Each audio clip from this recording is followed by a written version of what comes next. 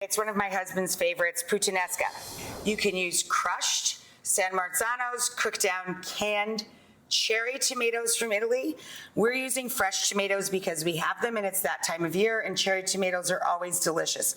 So if you want a fresh kind of burst tomato, more texture in your sauce, go with the fresh. I have 3 pints.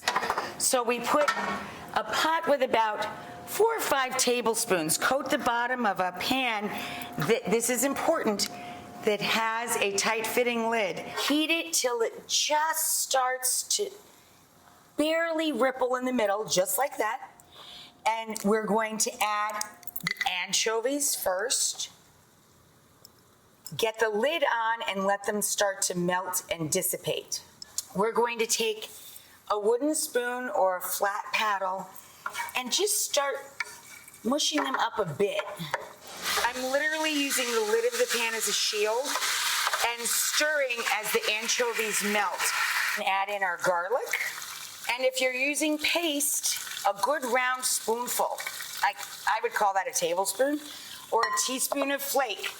Cut that back, way back, if you're using flake. And 1 red chili if you're using a fresh chili. We're basically making croutons to go on top of our dish. So we're gonna put the butter in the pan and just let that get delightful. And we're gonna add this 1 clove of the crushed garlic to that. Let that hang out. Now this guy has been in there about a minute back here.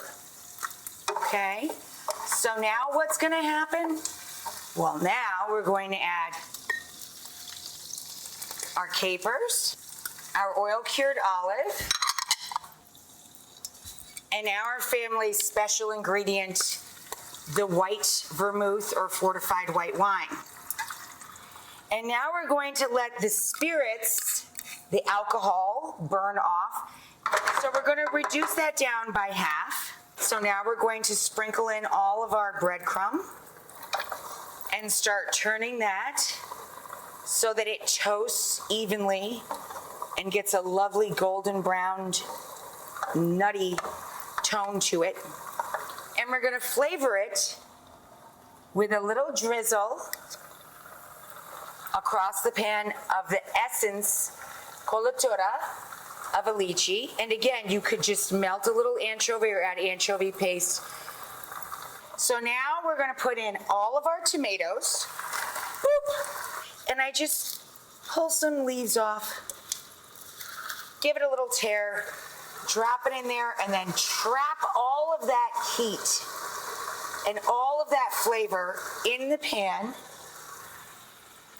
Drop a lid on her. Come on, buddy. There we go.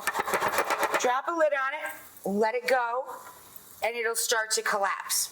We are going to salt the pasta water because that's the only chance we get to flavor the pasta itself. So good amount of salt, a little over the shoulder for luck, and there goes the spaghetti. And now we're going to do the most exciting thing, the marriage of pasta and sauce.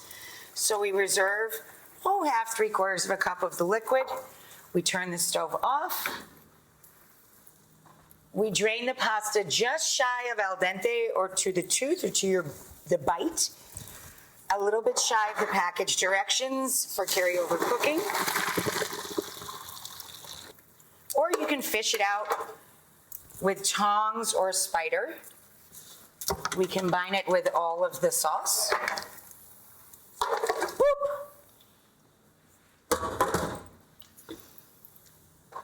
And then we do half of our parsley.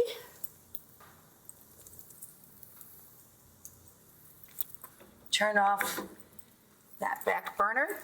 Add a little of our starchy water and toss, toss, toss, toss, toss. We spill that out.